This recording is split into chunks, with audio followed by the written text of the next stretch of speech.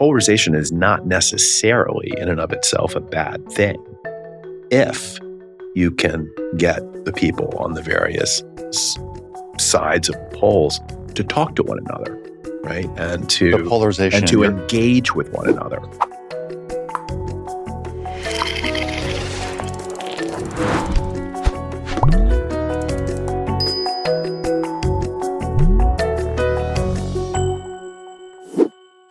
John Austin, welcome to Heterodox Out Loud. I'm glad to be here. Thanks for having me, John. It's really a pleasure finally to get you into our studios. I've been reading your work and following your work at Deerfield for years. One of the things I admire about you is the report that you were involved in producing just this year, spring 2024, Thriving in a World of Pluralistic Contention, a framework for schools. You're the head of school at Deerfield.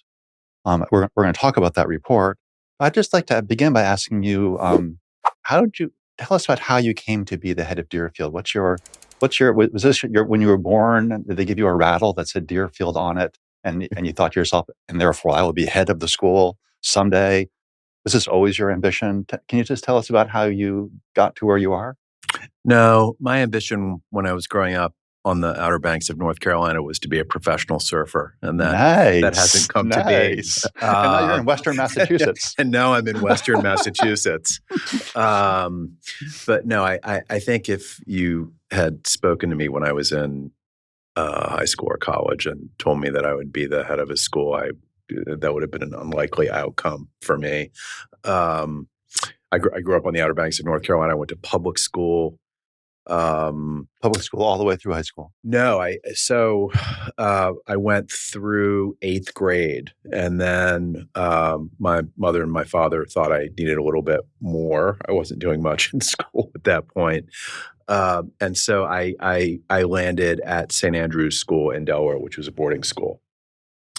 And that kind of changed the trajectory of my life. I was not a particularly studious kid at that point.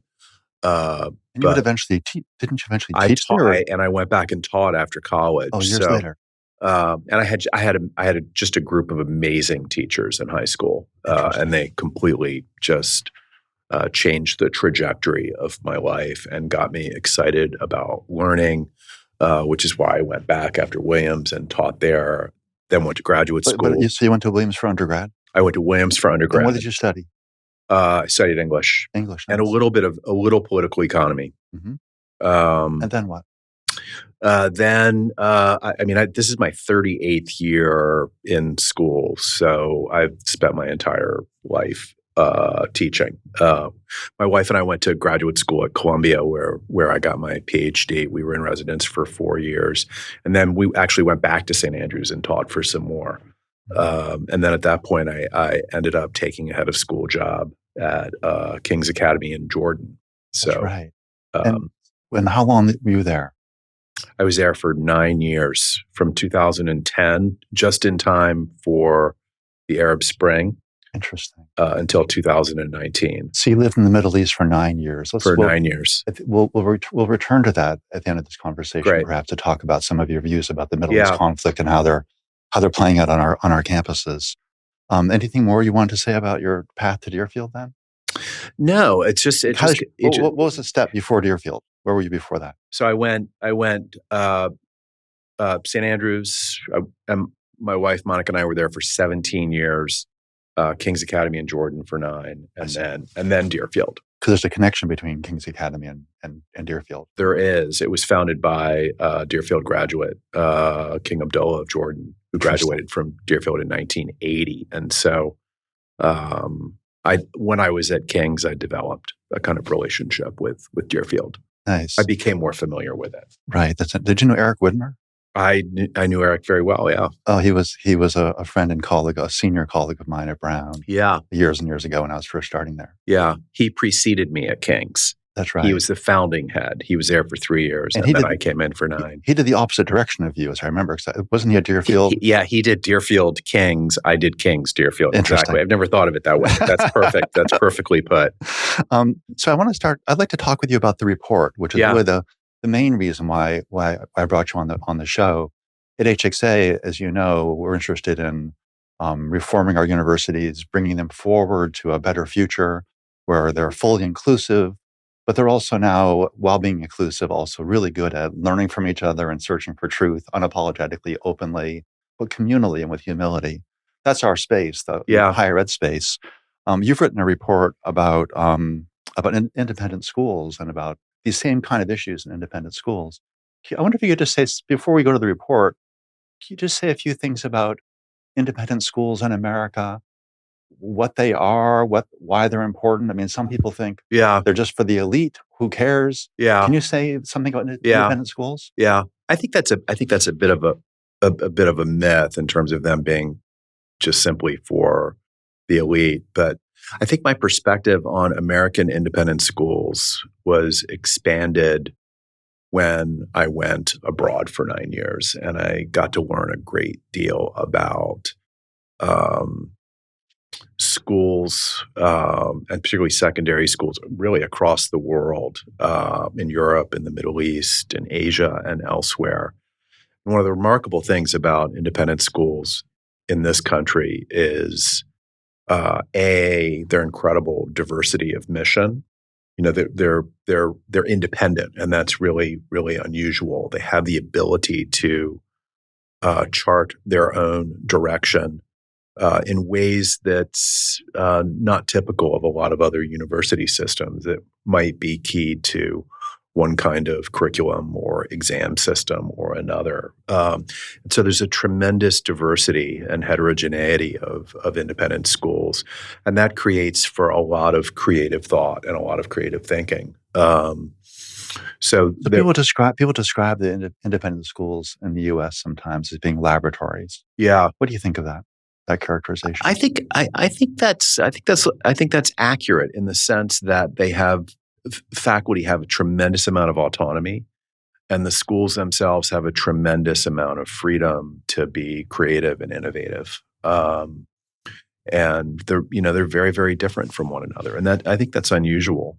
And I think the other thing that was became apparent when I went abroad is that American independent schools, as you hinted at earlier, they value inclusion and they invest in inclusion. You know, Deerfield, for example, just to give you, one example, is a remarkably diverse school. It's a boarding school, so it's able to recruit young people from across the world. We have kids from 35 different countries, 35 different states. And almost 40% of our students are on need-based financial aid. Let me pause you on that. So Yeah. you said there's geographical diversity, clearly. Yes. And I was going to ask about demographic or Yeah. Economic diversity. And what was the last stat you said? That what percentage are? That 40% of our students receive need-based financial aid. Fascinating. So there's a great deal of diversity on these campuses. And let me ask you about that. So maybe, was there a period in U.S. history where there was an explosion of creation of private high schools? Yeah, that's a great question. And I don't know of a truly great history of the American independent school, but I do know if you look at New England and the Mid-Atlantic, there was an early burst of the early academies. Deerfield was an academy. It was founded in 1797. It was founded by the Massachusetts state legislature. Andover and Exeter. I think there were quite literally dozens, if not hundreds, of these academies founded during the end of the 18th century. At the moment of the country's founding, there were a great number of schools that were founded in the 80s and the 90s during the so-called Gilded Age. Right. When they built out schools, the 1880s. Yeah. That's when there was an explosion of building of colleges in the U.S. across the U.S. Interesting. In the late 1800s. Yeah. There's one anecdote that you might enjoy. I'll get this year not quite right, but in roughly 1885, in England there were 4 universities, and that was thought to be quite enough. In the state of Ohio, in that same year, there were 44 colleges. Interesting. And then That's fascinating. It seemed like a very American thing, this idea about creating something new, trying a What was different the date angle. of that? Was This is 1880s. 1880. I don't know the exact Fascinating. date. But 44 in Ohio alone. Yeah. And Ohio was not unique in that sense. It's just one I just picked because of the fours. Yeah. But there's something about that. There's something about an American spirit, I think, about creating these things. Yes. And you can look at it different ways. You could say, well, it's a hierarchical society and there are going to be these elite schools and other schools too, but there are people creating schools for all different kinds of reasons. Yeah. All different kinds of visions. And I think that's true, I gather, in the private high school space as well as at the collegiate space. I want to talk to you about the challenges you see at Deerfield, but also across the broader landscape as you move now towards the report. On the university campuses where we do most of our work at Heterodox Academy, we're sort of seeing two things, I suppose. On the upside, we see ourselves as being involved in a process over the past 30, 40, 50 years of attempting inclusion, a project of inclusion on a scale that no other university system's ever attempted. Inclusion across gender, across race, across religious differences. Yes. A whole variety of. There's been some narrowings, there's ideological narrowing in some ways on faculties, for example, but generally, the big story of the last 40 or 50 years at colleges is the strive towards inclusion. At the same time, and more recently especially, most vividly last year, we see intensification of balkanization on campuses, of self-censoring, of administrations, often in the name of inclusion, developing policies which often are having the effect of keeping people more separate from one another. Yes. What do you see a similar phenomenon at the high school level? What would you say about that among private schools? Yeah. I think some of those tendencies are at play at American private schools, but I think when I think about Deerfield, for example, we in a lot of ways we have a different way of doing inclusion, and the framework is one way to think about how we do that on the academic and the programmatic side of the framework and the report. Yeah, the framework and the report. But I mentioned earlier, the tremendous diversity that American independent schools have now. And for me, the great question facing schools is, what do you do with that diversity once you have it on campus? And I tend to think this through, in some ways, through the lens of Robert Putnam's work on social capital. And he talks about the difference between bonding and binding social capital. And I think the real tell us about those. What do those words mean? So bonding social capital is when you have strong relationships with your group or your family, right? And really, really important. As he points out, those are the folks that are going to take care of you when you get old and when you get sick and when you're in real trouble.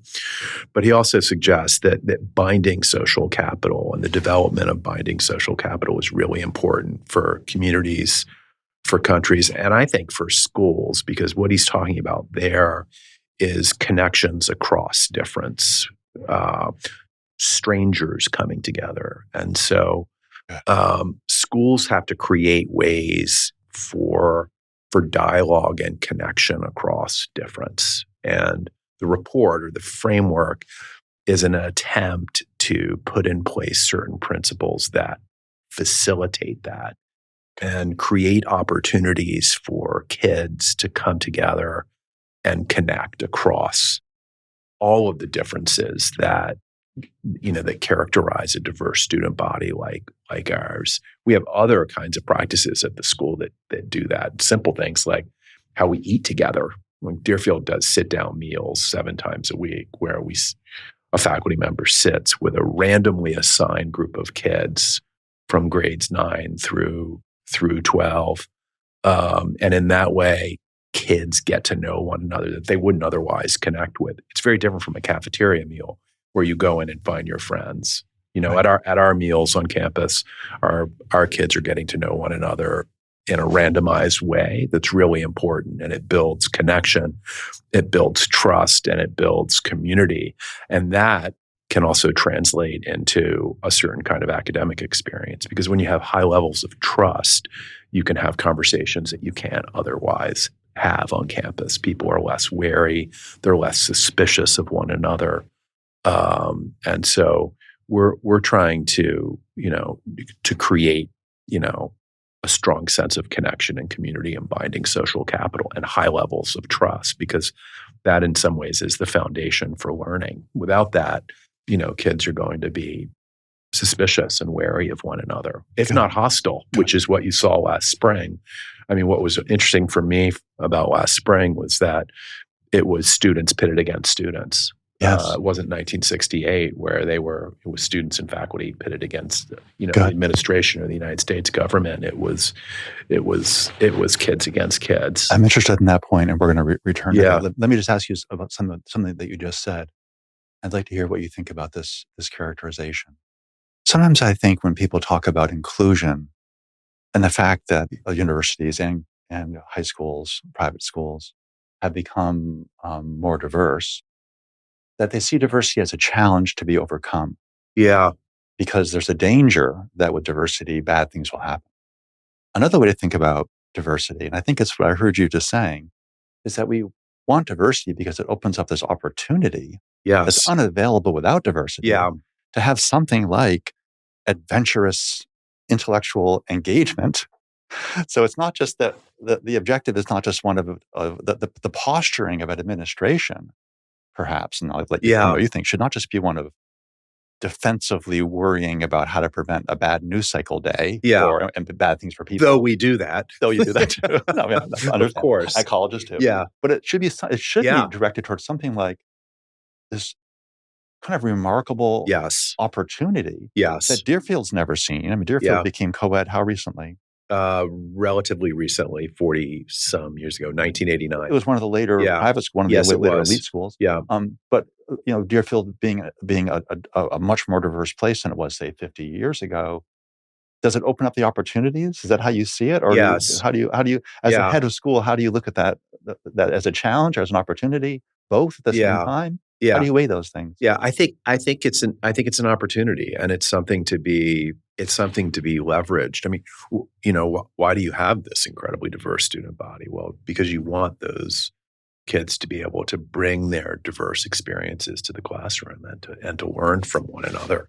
I mean, I think you could say the same thing about diversity, or you could say the same thing about polarization, is what you just said about diversity. Polarization is not necessarily in and of itself a bad thing if you can get the people on the various sides of the poles to talk to one another, right? And to engage with one another. So by polarization, you mean something like strongly divergent worldviews. Exactly. That's only that, though. It doesn't mean inability to listen yet. Yes. That's balkanization, maybe. Yeah. That's a little technical, but yeah. You studied English. I'm going to do vocabulary words. Yeah, no, that's a fair and good distinction. But I think, the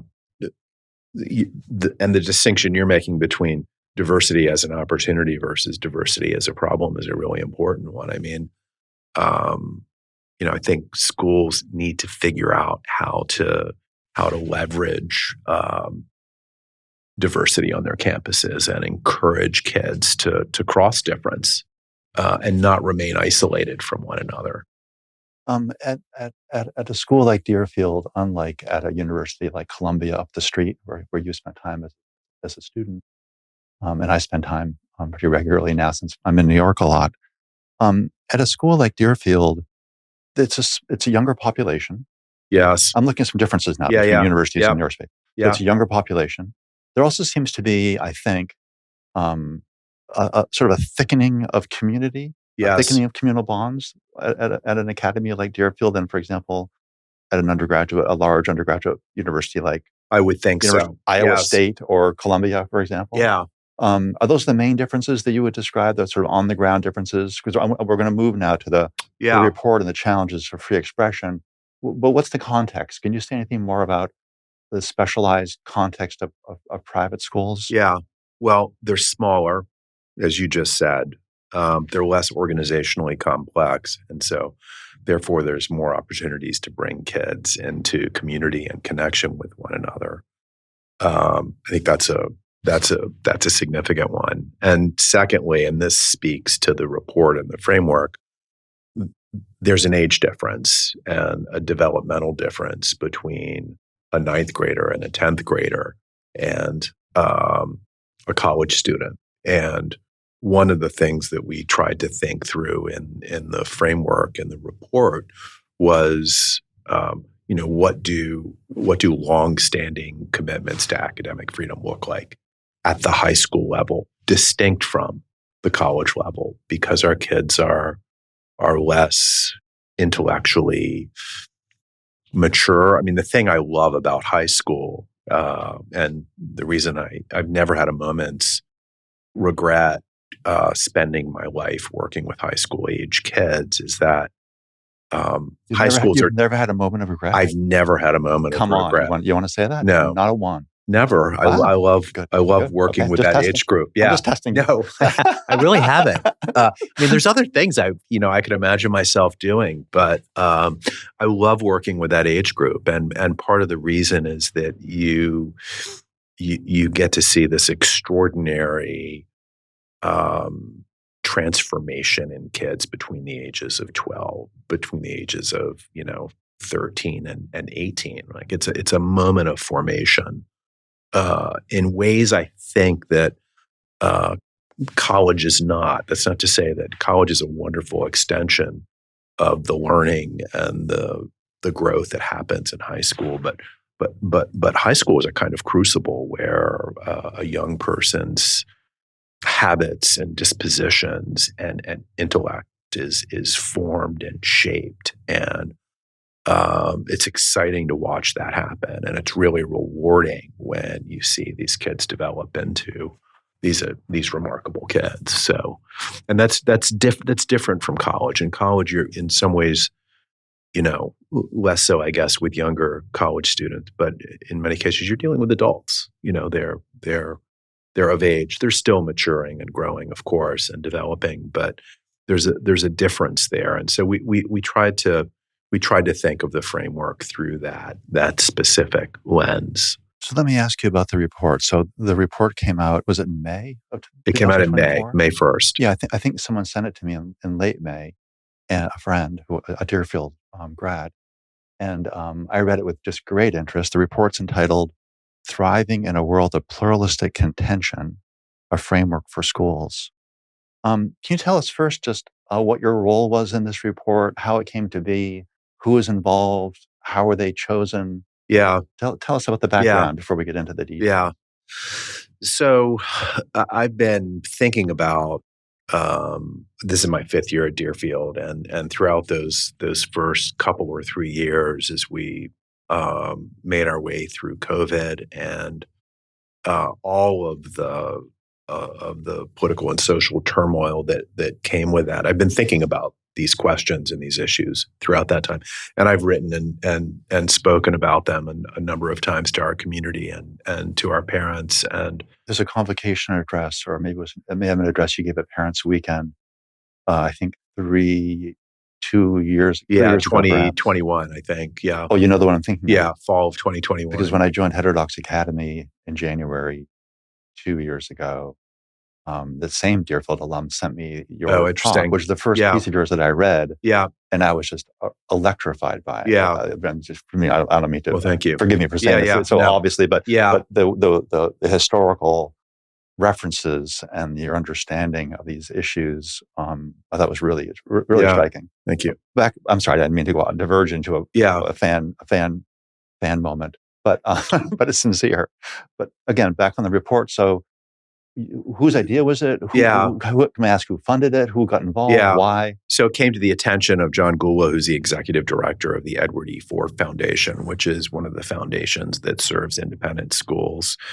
And I had a series of conversations with him, and the idea emerged of Deerfield applying for a grant, which we eventually received, to put together a group of educators from throughout the United States, everywhere from Hawaii to Florida to Pennsylvania to Washington, Lakeside Academy and Punahou School and Albuquerque Academy and Germantown Friends and Woodbury Forest. Oh, I mean, a really great group of schools. St. Andrew's School. I've forgotten a couple. I apologize, but and in choosing that set, were you choosing this set? I did it through. We took nominations from different people, and we wanted a diverse group of schools. We wanted day schools, we wanted boarding schools, we wanted urban schools, we wanted some boarding, some schools that were less urban. What was the question, or what was the impetus that wanted you to convene this report, this committee to make this report? What stimulated it? Well, I think schools, from COVID on, it was a moment in schools of high conflict. I mean, schools were being kind of, in the same way that colleges and universities, they were really, it was a moment of great intensity and polarization and conflict and politicization of schools. And a lot of heads of school and a lot of boards were struggling to make sense of that and to chart a way through that in a way that served kids. And so the goal was to try to get down on paper and articulate some principles that schools could use to promote student learning, promote exploration, and in a lot of ways kind of depoliticize the schools so that kids could learn in highly impactful ways. Can you see what depoliticize means in that context? You said a moment ago that you're not opposed to polarization done understood in the technically correct, precise way. What do you mean by depoliticization? Yeah. Well, the way we talk about it in the report is as a commitment to what we call disciplined nonpartisanship. So in one way, we're trying to stay within our legal status as a nonprofit, and as a nonprofit, we're not permitted to advocate on behalf of candidates.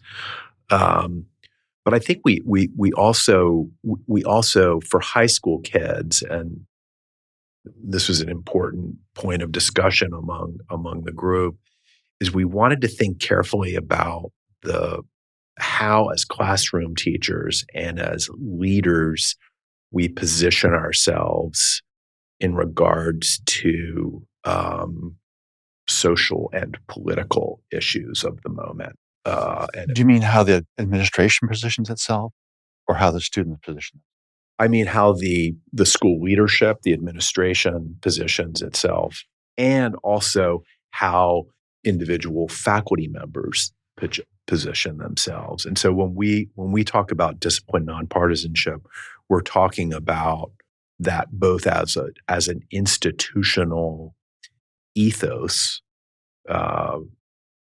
partly inspired by the Calvin report. And I've read your incredible statement on stance taking, which makes tremendous sense and overlaps with a lot of the things that we're saying.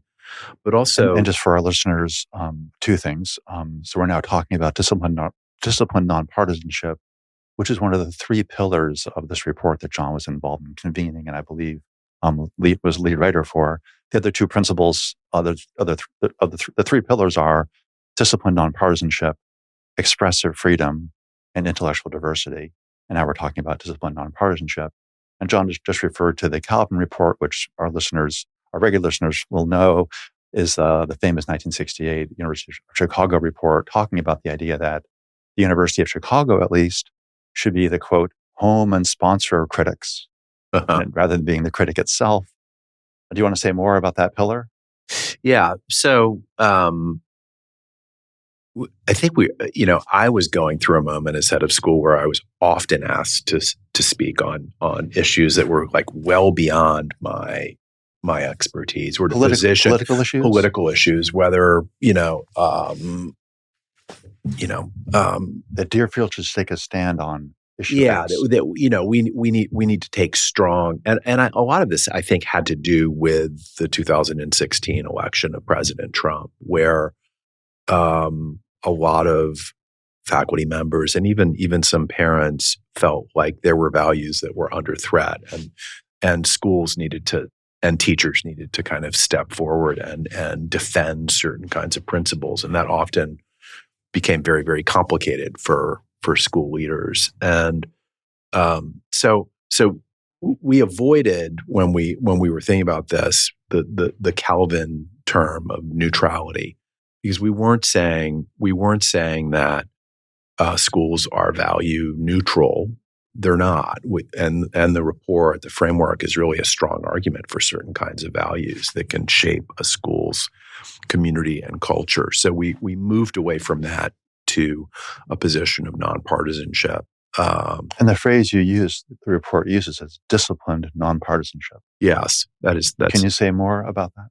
Yeah. I'm also interested, I'm sure our listeners want to know too about what you mean by rejecting, or at least not using the term neutrality. You may know that there was a Harvard report that came out Yes. a few months after HXA released our HXA model, and it followed many of our recommendations. But they explicitly say in that report, the writers of the Harvard report, they adopted statement neutrality, which HXA approves of, but they say we're not endorsing neutrality. We're actually taking a substantive view about the purpose of the university being truth-seeking above all else.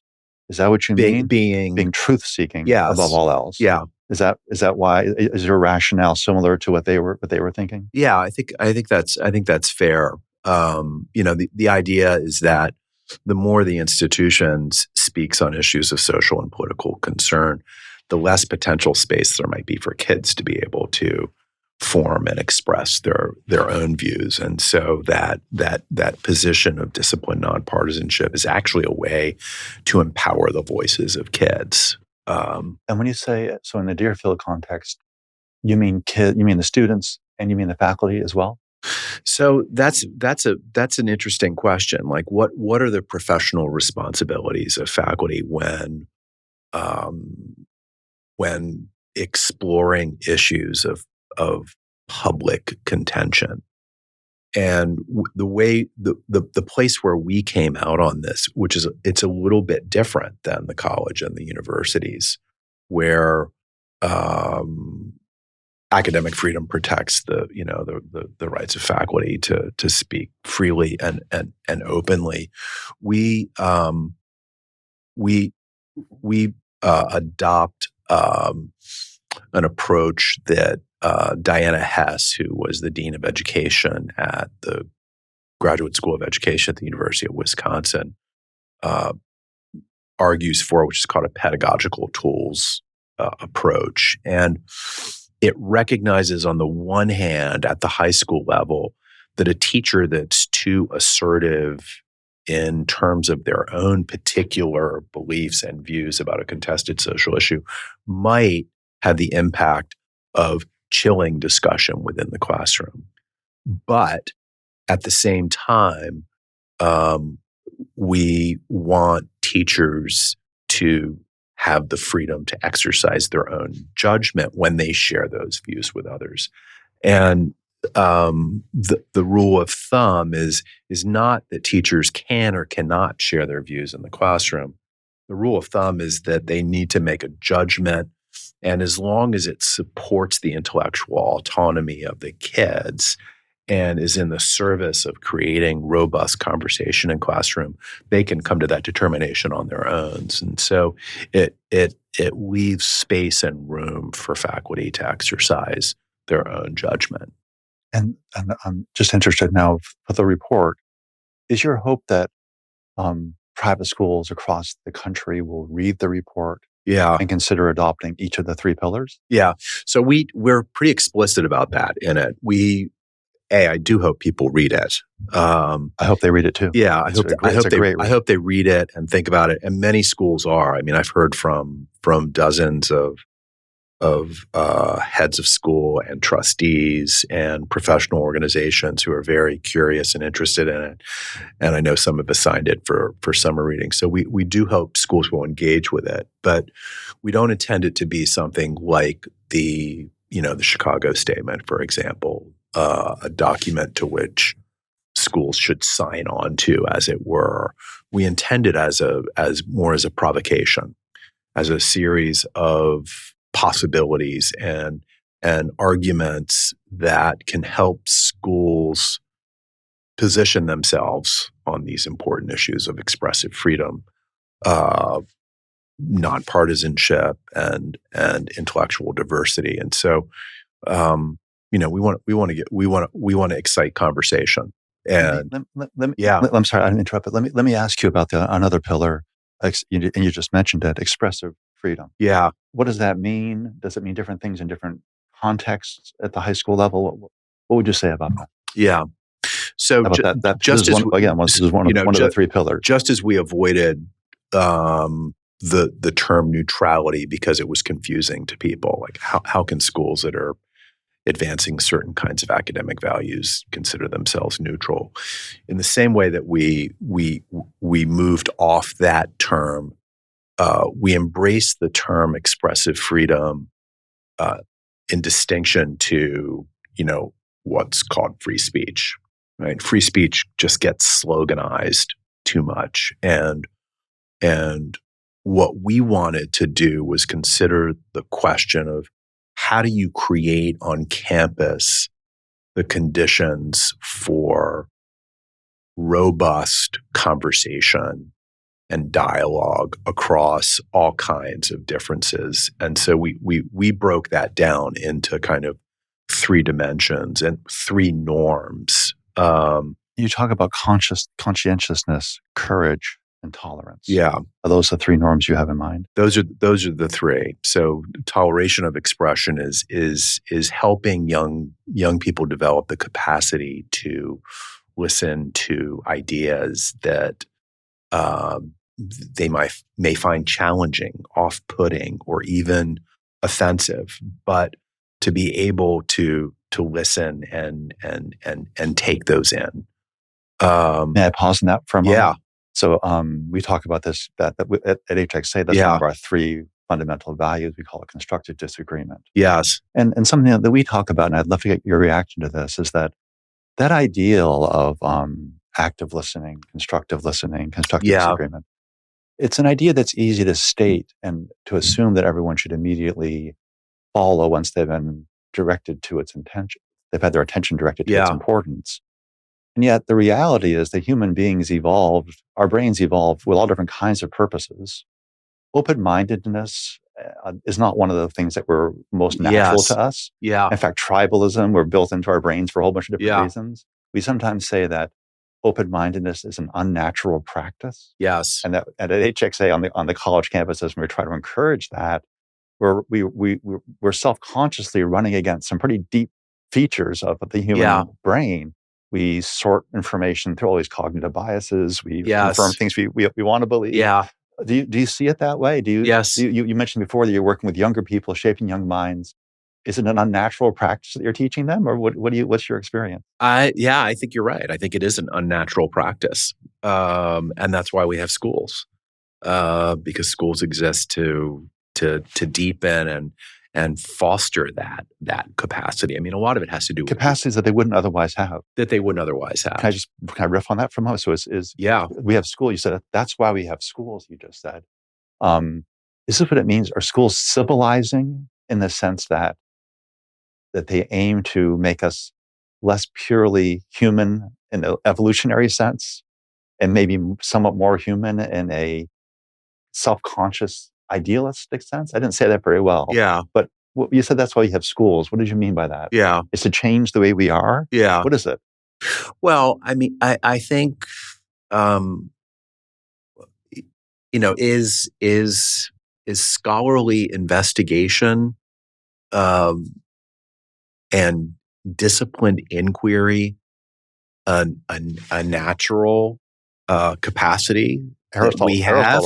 Aristotle thought so, but Well, yeah, he also thought women had fewer molars than males. So yeah, he's not a flawless yeah. authority. I mean, maybe we have it. I mean, I'm certain we do have a capacity for that, but it has to be cultivated and it has to be fostered. And that's what I mean when I say that's why schools exist. And one of the fundamental assumptions of the framework is that schools exist to initiate young people into the norms of inquiry, right? And one of those important norms is how to use language, and how to express oneself. And the reason we broke it down into three separate norms is that they're all interdependent, and you have to have each of them to have a healthy expressive culture on campus.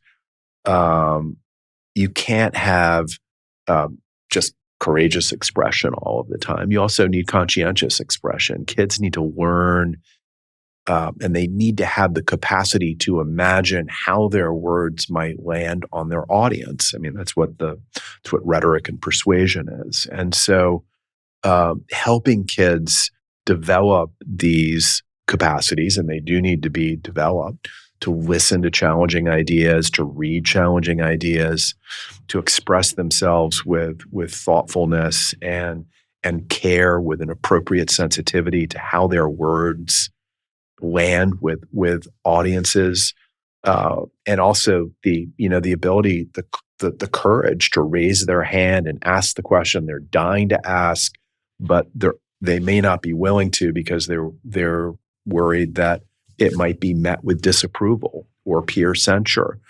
All three of those things are essential, and it's my belief that if you can do all three of those, not just one, but all of them, you're going to create an incredibly vibrant learning environment for kids. And those three things again are conscientiousness, courage, and tolerance. Yes. And so that you said that the three big pillars, expressive freedom, discipline, nonpartisanship, and intellectual diversity, all work together. To have expressive freedom, can you say something about the connection between expressive freedom and intellectual diversity? Yeah. What does intellectual diversity mean? Why is it valuable? Yeah. Well, as I've listened to some of your questions, clearly the capacity to tolerate challenging ideas has to do with our ability to just engage with new ideas and different ideas. So I think those two are connected. And one of the ways that we talk about intellectual diversity and the framework is that disciplines are themselves conversations. They're contestations, and we want to be aware of that as we shape curriculum and give kids the opportunity to engage with challenging ideas. I mean, you must know this in your own work. You want to give kids a broad range of ideas so that they can approach the world with historical context and philosophical depth and an understanding that people think differently about important questions. So let me be sure I understand that. So one dimension of diversity, of intellectual diversity, is what we might call disciplinary diversity. Yes. So, for example, we're examining a person buying an apple at a cart, the New York Public Library around the corner from us right now. An economist could use the tools of economics to describe that event, that human interaction, yes, in ways that would be illuminating. It would be illuminated by the tools of economics. Yes. A poet, yes, watching the same interaction, might describe this thing in a whole other way. It's the same event. It's a person buying an apple from an apple cart, let's say, and we could do it differently too. We could do it biochemically. We could do it in a bunch of different ways. So that's one dimension. It's a way of saying that any phenomenon that we might put in front of us or want to talk about with another human being, we have available to us, because of our civilization, these disciplinary tools that we might possibly bring to bear on the exploration of what we see. And different tools used by different people might yield different evaluations. Yeah. The economist might say, well, it's really exploitative that person had to spend so much money. They're going to starve now because they had to pay that much for the apple. The poet might say, what a moment in that person's life. They sacrificed for their child, and now Yeah. the child has the apple, and Yeah. they'll never forget their mother did. We can do this in different ways, right? Yes. So that's one dimension. But usually when people talk about viewpoint diversity or intellectual diversity, you're using your phrase from the Yeah. report, they often talk about ideological diversity, Yes. not disciplinary diversity.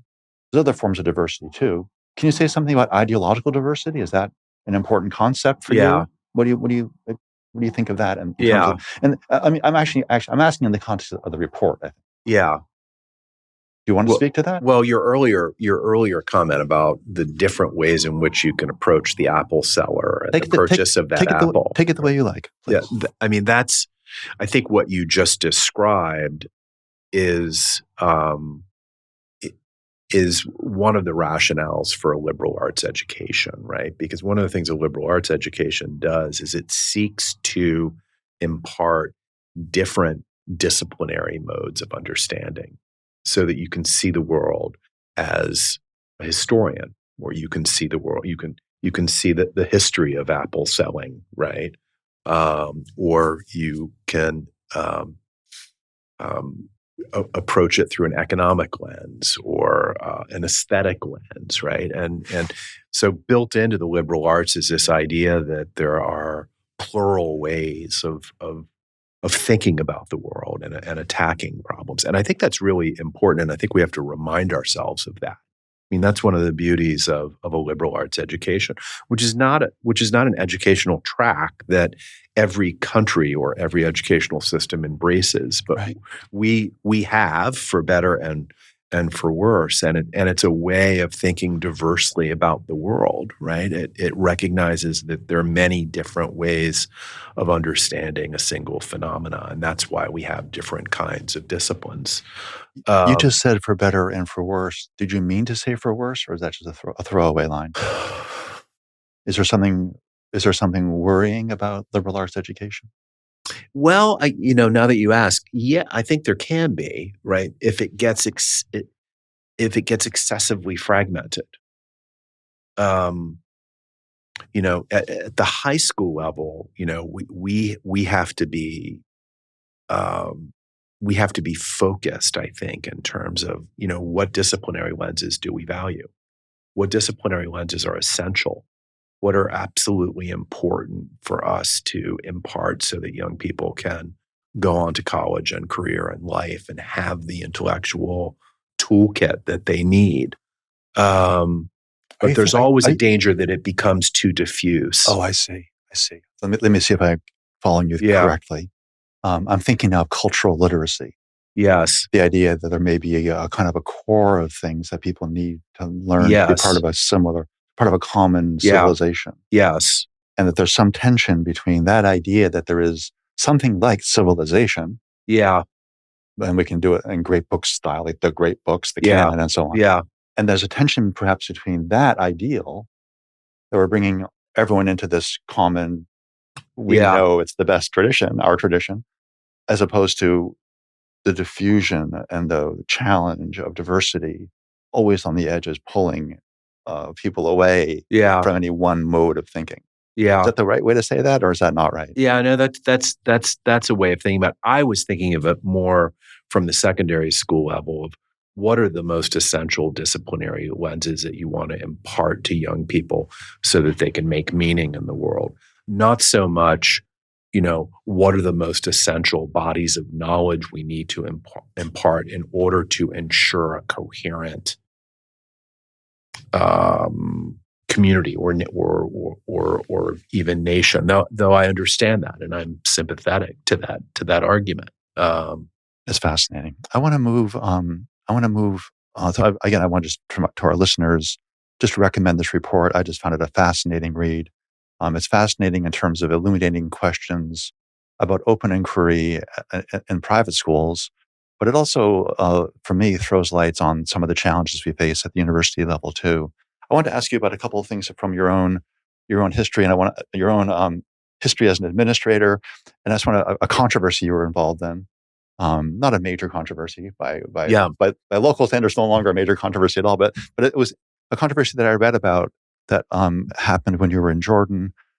You were head of school there, I think. Yes, I was. Yeah. And so what I heard from an article, what I understood from an article in the student paper there, when you were head of school, there was a controversy about some students putting designs on senior jackets.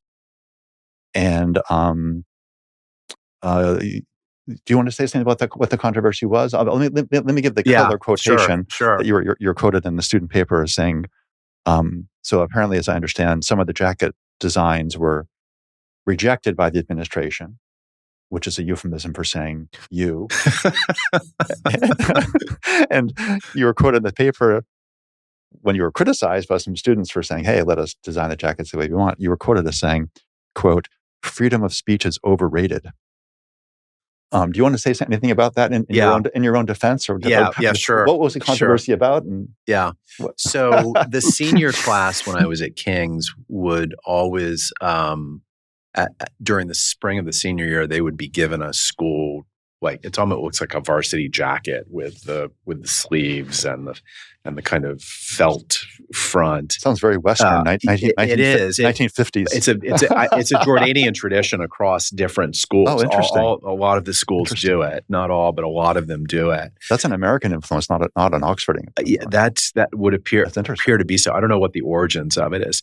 And the kids customize their jackets. It's a school jacket in the school colors with the school, emblazoned with the school logo and letters, but they personalize them in all kinds of ways, and they would do it in English and they would do it in Arabic, and of course I don't read Arabic, so I would rely on other members of my team to. The kids would submit their jacket designs, and they would get approved by one of the class deans. And I can just imagine them if I were them trying to get away with something. Absolutely. So there's this wonderful game where they're trying to get things on their jacket that have meanings that escape, the class dean. And I think you said you wanted courage, so here you go. Yeah, and I appreciate that. I appreciate that inclination on the part of the kids. And in this case, I think there were a couple jackets where the kids had put some things on their jackets in Arabic that might have had a double entendre that was slightly out of keeping with the spirit of the jacket. And so the class dean said, "No, you need to change that." Hence the controversy. And of course, the kids didn't appreciate that. And I spoke to them at a class meeting, and I think when I referenced when I said free speech is overrated, I think they missed the bigger point of the quotation. I may have even quoted Stanley Fish at that point and said there's no such thing as free speech. There are always limits on what is permissible discourse and what isn't. And I was trying to encourage the kids, and this gets back to the expressive freedom piece of the framework, that of course you have this incredible opportunity to say and express what you want on your jackets, but you also want to be thoughtful and sensitive to how that might be received by other people who are reading your jacket. Let me read another quotation from him. Also, as an aside, I need to just mention that I'm observing that you are one of the few people I know who, like me, uses quotation as a noun and quote as a verb. And I just want to tell you, I really appreciate that. It's a dying distinction, but I'm trying to keep it alive, and you're supporting me. But let me quote you again from the student paper. Yeah. And it aligns with what you're saying right now. Let me just read what I think are your words. Quote, "I want young people not only be able to express themselves freely, but also to be able to express themselves in a way that is civic-minded and sensitive to the standards and norms of a community." Close quote. Can you say a little bit about that? So there's this Stanley Fisher you mentioned a minute ago. He spoke at the HXA conference this year in Chicago, and he spoke about some of his critiques of free speech. But maybe we'll leave stay on the out of it for a moment, unless you want to bring him in. No. But tell us what do you think of it? Is free speech something that you value at Deerfield? What do you say about that? Yeah, absolutely. But Sorry, so you value absolute free speech? We absolutely value free speech, but probably not in an absolutist libertarian way, in the sense that I think, and this goes to the whole question of trying to create an expressive culture on your campus. You want kids to use their voice and to exercise their freedom to express themselves. And at the same time, you want to help them do that effectively.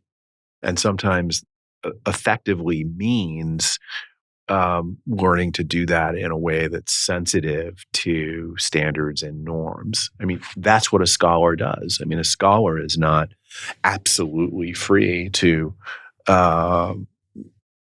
shape their arguments in any way that they want. They write and they think within the norms of their discipline. And so again, I think I think what I was trying to help communicate to the kids in that particular moment were the importance of each of the three expressive pillars, right?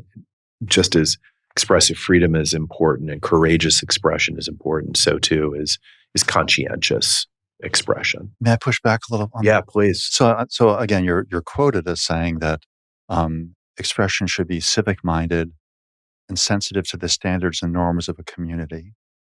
And I'm remembering what you just said a few minutes ago about people, if they're good communicators, skillful communicators, the kind of communicators I think we want our students to be and we want ourselves to be on campuses, they should be mindful about the way their words land on the ears of their listeners, not because of woke reasons, but rather because of rhetorical reasons of being aware of what that means to be a communicator.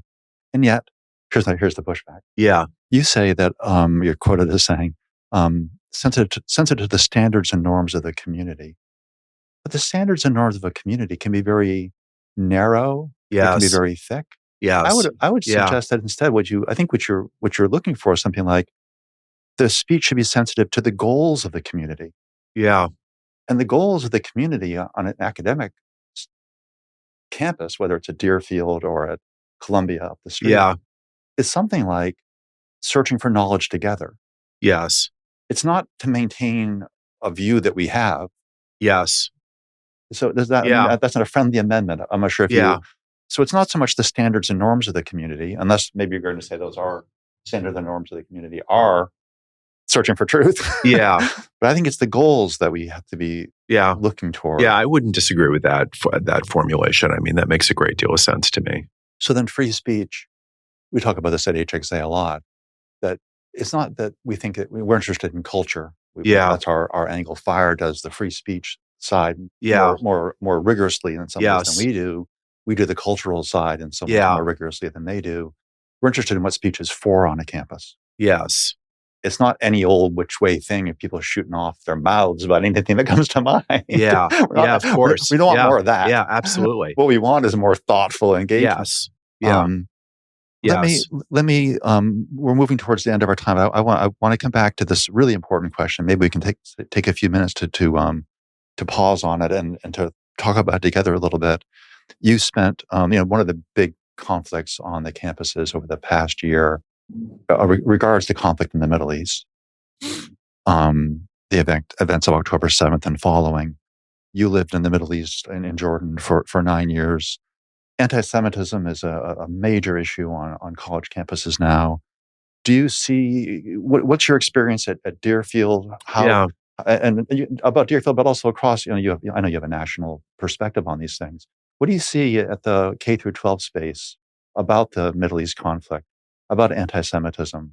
What are your observations there? Yeah, I think it's landed differently at different schools. I think that's pretty accurate. Parochial schools, elite. What kind of differentiation is there a pattern you want to run? I don't know that there is a pattern. Schools where there are more Jewish students, for example.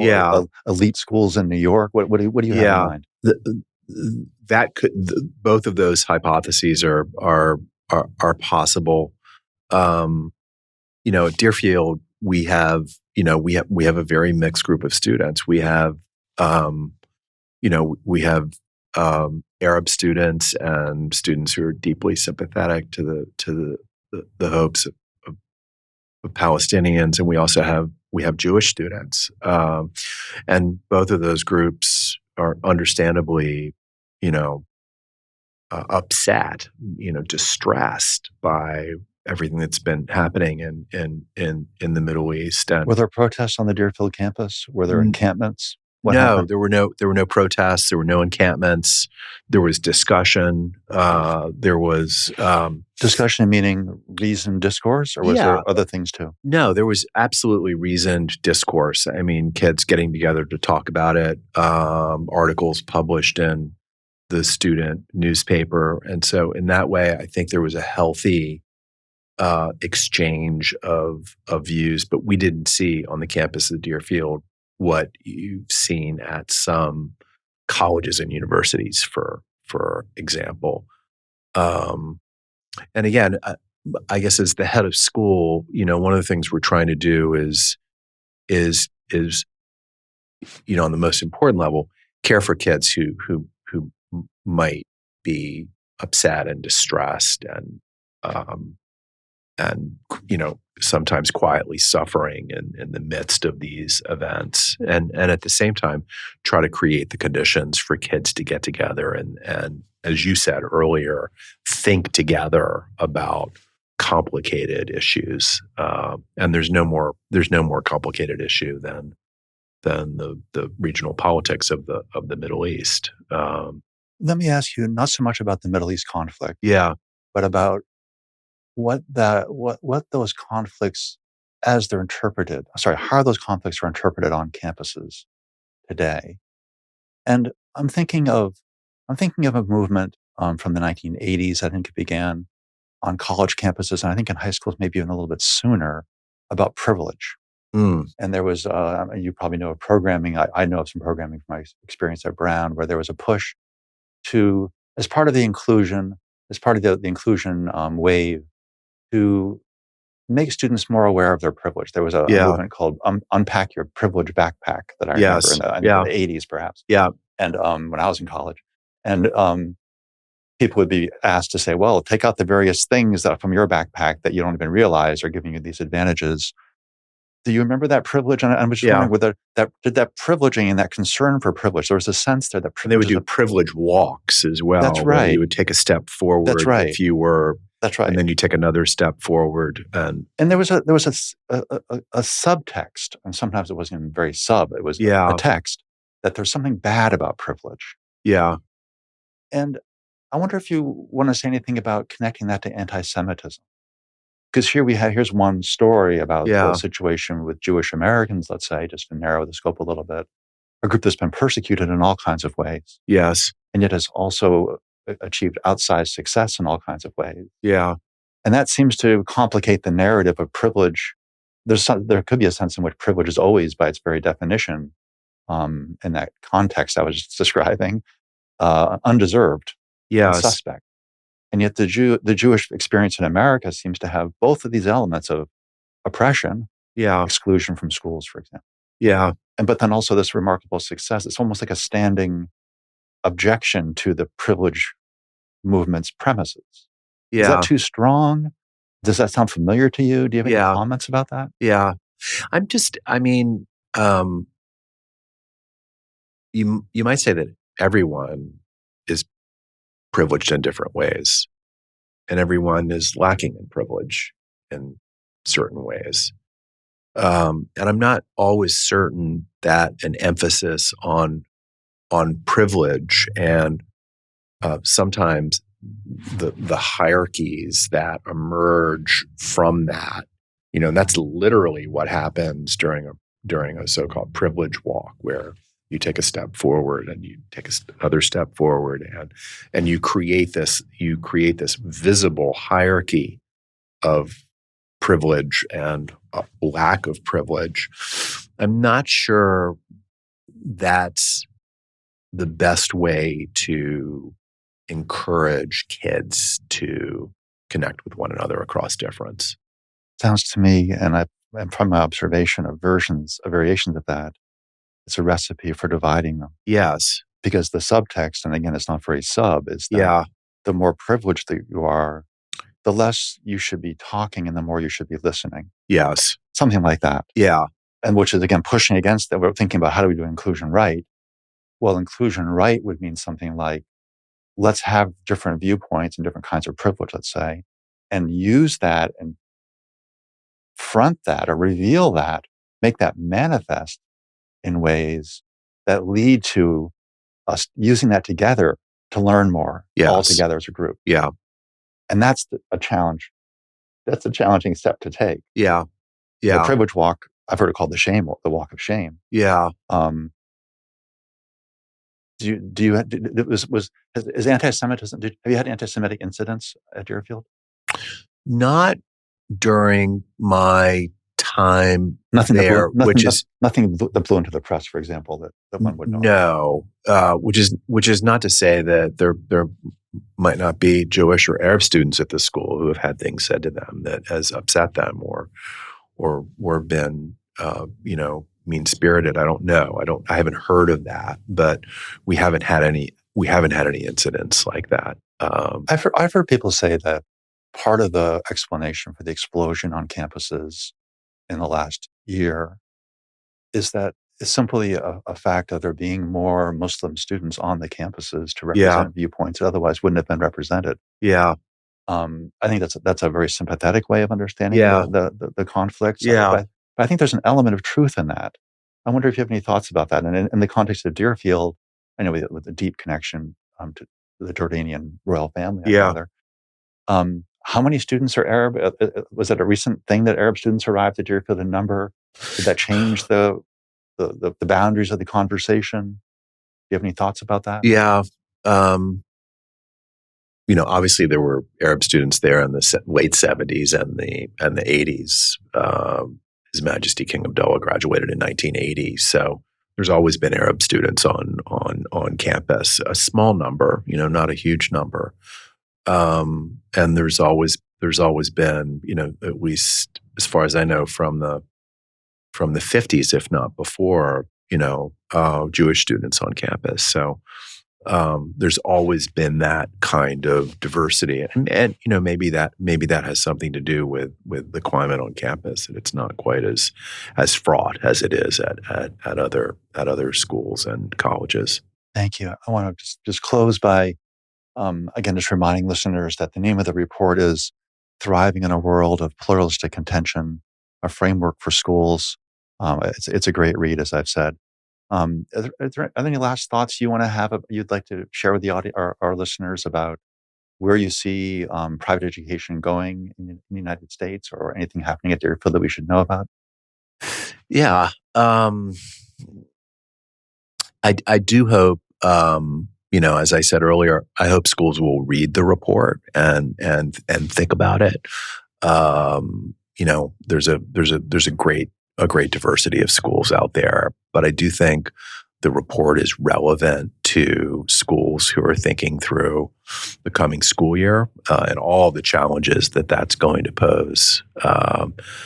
And as I said at the very, very beginning of the conversation, I think American independent schools are just a great resource for this country, and it's been one of the great joys of my life to be a part of them and to serve them. So, and thank you for having me today. It was a lot of fun.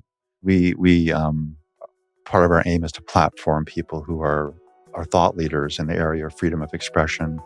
I'm going to describe you as a thought leader, even though you've been quoted as saying freedom of speech is overrated in the Jordanian student paper. John Austin, it's been a real pleasure having you here. Thank you. John, thank you. It's been a pleasure. I enjoyed it. Thank you for tuning in to today's episode. Heterodox Out Loud is a nonprofit production of Heterodox Academy. We rely solely on support of listeners like you.